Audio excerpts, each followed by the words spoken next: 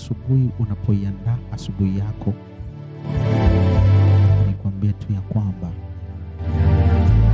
maono ni picha kubwa ya baadaye iliyobeba hatima ya maisha yako ya kesho. Usijikatie tamaa kwa sababu Mungu bado anakupenda. Amsha maono yako. Amsha maono kwa sababu ni picha kubwa ya baadaye. Mtu yoyote ambaye ana maono, mtu huyu ni ngumu sana kuharibika au kuharibikiwa. Maono hubeba ushindi.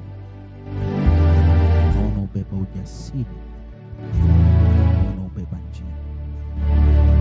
Asubuhi ya leo njema kabisa ambayo Mungu ametupa, nakwambia tu ya kwamba watu wanaponisikiliza, inawezekana upo kwenye daladala, inawezekana upo kwenye gari yako, inawezekana tu upo pia ofisini,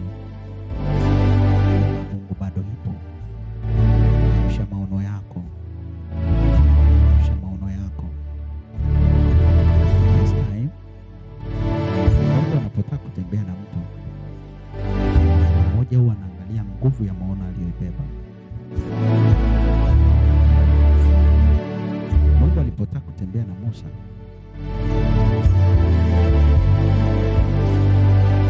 mmoja aliangalia watu walioko nyuma yake.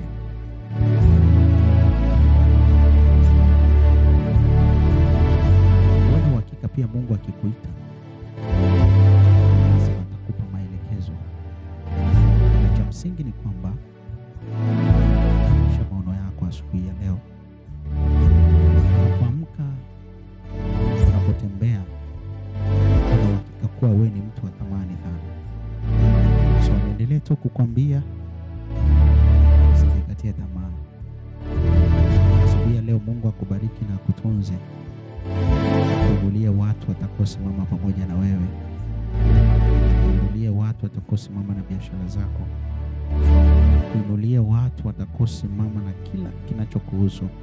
Baraka zako zilizofichwa zikafunguliwe. Uone mkono wa Mungu ukifanya kazi. Neema Mungu iwe kwako. Asubuhi njema.